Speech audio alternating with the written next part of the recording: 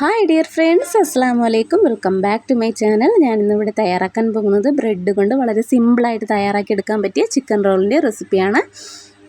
അപ്പോൾ എങ്ങനെ അടിപൊളി ടേസ്റ്റി ആയിട്ട് ഇത് തയ്യാറാക്കി എടുക്കുന്നത് നോക്കാം. വീഡിയോയിലോട്ട് പോകുന്നതിന് മുന്നേ എൻ്റെ ചാനൽ ആദ്യമായിട്ട് കാണുന്നവരുണ്ടെങ്കിൽ പ്ലീസ് ഒന്ന് സബ്സ്ക്രൈബ് ചെയ്തേക്കണേ. തൊട്ടടുത്തുള്ള കുഞ്ഞ് ബെല്ലൈക്കണിൽ ഓൾ എന്നുള്ള ഓപ്ഷൻ കൂടി ക്ലിക്ക് ചെയ്താലേ ഞാനിടുന്ന വീഡിയോസിൻ്റെ നോട്ടിഫിക്കേഷൻ നിങ്ങൾക്ക് പെട്ടെന്ന് തന്നെ കിട്ടുകയുള്ളൂ.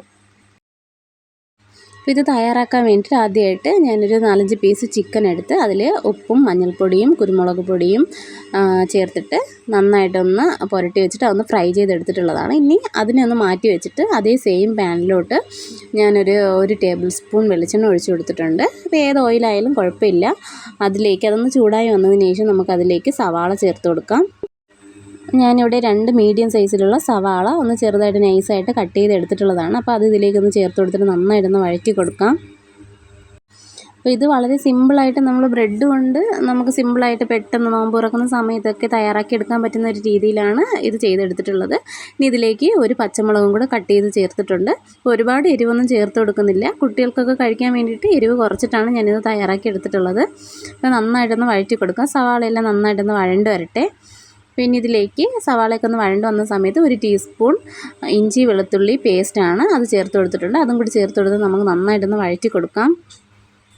പിന്നെ ഇതിലേക്ക് പാകത്തിനുള്ള ഉപ്പ് ചേർത്ത് കൊടുക്കാം. അപ്പോൾ ഒരുപാട് കൂടിപ്പോകണ്ട, ചിക്കനിൽ ഉപ്പ് ചേർത്ത് കൊടുത്തിട്ടുണ്ട്. അപ്പോൾ അതുകൊണ്ട് പാകത്തിനനുസരിച്ച് ഉപ്പ് ചേർത്ത് കൊടുത്താൽ മതി. ഉപ്പും കൂടി ചേർത്ത് കൊടുത്തിട്ട് നമുക്ക് നന്നായിട്ടൊന്ന് വഴറ്റി കൊടുക്കാം. ആ ഇഞ്ചി വെളുത്തുള്ളിയുടെയൊക്കെ ആ ഒരു പച്ചമണം മാറുന്നത് വരെ നന്നായിട്ടൊന്ന് വഴറ്റിയെടുക്കാം. അപ്പോൾ പച്ചമണമൊക്കെ മാറി വന്നിട്ടുണ്ട്. ഇനി ഇതിലേക്ക് പൊടികൾ ചേർത്തിട്ട് ഒരു 1/4 ടീസ്പൂൺ മഞ്ഞൾപ്പൊടിയും 1/2 ടീസ്പൂൺ മുളക് പൊടിയും 1/2 ടീസ്പൂൺ പെരുംജീരകപ്പൊടിയും 1/4 ടീസ്പൂൺ ഗരം മസാലയാണ് ചേർത്ത് കൊടുത്തിട്ടുള്ളത്. ചിക്കൻ മസാല ഉണ്ടെങ്കിൽ നിങ്ങൾക്ക് അതും ചേർത്ത് കൊടുക്കാം. അപ്പോൾ ഞാൻ ഇത്രയും പൊടികളും കൂടി ചേർത്തിട്ട് നന്നായിട്ടൊന്ന് വഴറ്റിയെടുക്കുകയാണ്. പൊടികളുടെ പച്ചമണം മാറി വരുന്നവരെ നന്നായിട്ടൊന്ന് മിക്സ് ചെയ്ത് കൊടുക്കാം. അപ്പോൾ എല്ലാം നന്നായിട്ട് ഇവിടെ മിക്സ് ചെയ്തെടുത്തിട്ടുണ്ട്. ഇനി ഇതിലേക്ക് നമ്മൾ നേരത്തെ ഫ്രൈ ചെയ്ത് വെച്ചിട്ടുള്ള ചിക്കൻ ഉണ്ടല്ലോ, അതൊന്ന് മിക്സിയുടെ ജാറിലേക്ക് ഇട്ടിട്ട് ഒന്ന് ക്രഷ് ചെയ്തെടുത്തിട്ടുള്ളതാണ്. അതും കൂടി ചേർത്ത് കൊടുക്കുന്നുണ്ട്. ഇനി ഇതിലേക്ക് കുറച്ച് മല്ലിയിലയും കൂടി ചേർത്ത് കൊടുക്കുന്നുണ്ട്.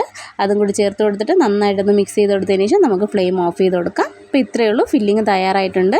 അപ്പോൾ ഇനി അടുത്തതായിട്ട് ഞാൻ കുറച്ച് സ്ലൈസ് ബ്രെഡ് എടുത്തിട്ടുണ്ട്. അതിൻ്റെ സൈഡൊക്കെ ഒന്ന് കട്ട് ചെയ്തെടുത്തിട്ടുണ്ട്. ആ കട്ട് ചെയ്തെടുത്ത് വെച്ചിട്ടുള്ളത് ഞാൻ ബ്രെഡ് ക്രംസ് ആയിട്ട് പൊടിച്ചെടുത്തിട്ടുണ്ട്.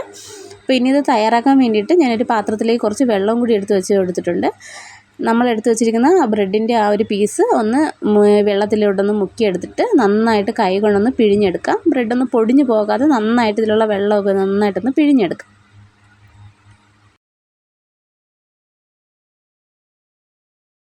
ആ വെള്ളമൊക്കെ ഒന്ന് പിഴിഞ്ഞെടുത്തിട്ട് ഇതിലേക്ക് നമ്മൾ നേരത്തെ തയ്യാറാക്കി വെച്ചിരിക്കുന്ന ഫില്ലിംഗ് ഉണ്ടല്ലോ, അതിൽ നിന്നും കുറച്ച് ഇതിൻ്റെ ഉള്ളിലോട്ട് എടുത്ത് വെച്ച് കൊടുത്തിട്ട് നമുക്ക് നന്നായിട്ടൊന്ന് റോൾ ചെയ്തെടുക്കാം. അപ്പോൾ ഈ വീഡിയോയിൽ കാണുന്നത് പോലെ നമുക്കിത് ഇതേപോലെ ഒന്ന് ഷേപ്പ് ചെയ്ത് നമ്മളെ ചിക്കൻ റോളിൻ്റെയൊക്കെ ആ ഒരു ഷേപ്പിൽ ഒന്ന് ഷേപ്പ് ചെയ്തെടുക്കാം. നമ്മൾ വെള്ളം നനച്ചത് കൊണ്ട് തന്നെ നന്നായിട്ടൊന്ന് ഒട്ടി വരും. പക്ഷേ അതൊന്ന് പൊടിഞ്ഞു പോകാതെ നന്നായിട്ട് നമുക്ക് കൈ കൊണ്ട് തന്നെ ഇതുപോലെ ഒന്ന് റോൾ ചെയ്തെടുക്കാം.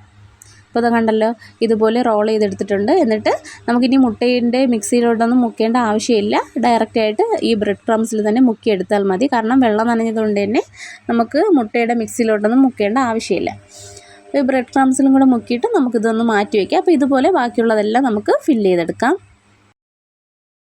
ഇത് ഫ്രൈ ചെയ്തെടുക്കാൻ വേണ്ടിയിട്ട് ഞാനൊരു പാനിലേക്ക് ആവശ്യത്തിന് ഓയിൽ ഒഴിച്ച് കൊടുത്തിട്ടുണ്ട്. അപ്പോൾ അതൊന്ന് ചൂടായി വന്നതിന് ശേഷം നമ്മൾ നേരത്തെ തയ്യാറാക്കി വെച്ചിട്ടുള്ള ആ ഫില്ലിങ് ഇതിലേക്ക് ഇട്ട് കൊടുത്തിട്ട് നമുക്ക് നന്നായിട്ടൊന്ന് ഫ്രൈ ചെയ്തെടുക്കാം. ഒരു ഗോൾഡൻ കളർ ആകുന്നത് വരെ നമുക്ക് തിരിച്ചും മറിച്ചുവിട്ട് നന്നായിട്ടൊന്ന് ഫ്രൈ ചെയ്തെടുക്കാം. ഇത് ഫ്രൈ ചെയ്തെടുക്കുമ്പോൾ ഹൈ ടു മീഡിയം ഫ്ലെയിമിൽ ഇട്ടിട്ട് തന്നെ ഫ്രൈ ചെയ്തെടുക്കണം. ഇല്ലാന്നുണ്ടെങ്കിൽ നമ്മൾ ഫ്ലെയിം കുറച്ച് വെക്കുകയാണെന്നുണ്ടെങ്കിൽ പെട്ടെന്ന് തന്നെ ഇതിൻ്റെ ഉള്ളിലോട്ടൊക്കെ എണ്ണ കുടിക്കും. അപ്പോൾ നന്നായിട്ടൊന്ന് ഇതൊന്ന് ഗോൾഡൻ കളർ ആകുന്നവരെ തിരിച്ച് മറിച്ചിട്ട് നന്നായിട്ട് ഫ്രൈ ചെയ്തെടുക്കാം. അപ്പോൾ അത് കണ്ടല്ലോ, ഗോൾഡൻ കളറായി വന്നിട്ടുണ്ട്. അപ്പോൾ ഇത്രയേ ഉള്ളൂ, നമുക്ക് വളരെ പെട്ടെന്ന് സിമ്പിളായിട്ട് തയ്യാറാക്കി എടുക്കാൻ പറ്റിയ ഒന്നാണ്. നോമ്പ് തുറക്കുന്ന സമയത്തൊക്കെ പെട്ടെന്ന് തയ്യാറാക്കി എടുക്കാൻ പറ്റിയ ഒരു റെസിപ്പിയാണ്. എല്ലാവരും ഇതൊന്ന് ട്രൈ ചെയ്ത് നോക്കണം. നല്ല അടിപൊളി ടേസ്റ്റാണ്, വെറുതെ പറയല്ല. ഒരു തവണയെങ്കിലും ഇതുപോലെ ഒന്ന് ട്രൈ ചെയ്ത് നോക്കണം. ഒരുപാട് എരിവൊന്നും ചേർത്ത് കൊടുത്തിട്ടില്ല. ഇനി എരിവ് ആവശ്യമാണെങ്കിൽ നിങ്ങൾ അതിനനുസരിച്ച് അതിൻ്റെ മസാലകൾ കൂട്ടി ചേർത്ത് കൊടുത്താൽ മതി. അപ്പോൾ എല്ലാവരും ട്രൈ ചെയ്ത് നോക്കണം. എൻ്റെ വീഡിയോസൊക്കെ ഇഷ്ടപ്പെടുവാണെങ്കിൽ ലൈക്ക് ചെയ്യാനും ഷെയർ ചെയ്യാനും കമൻറ്റ് ചെയ്യാനും മറക്കരുതേ. താങ്ക്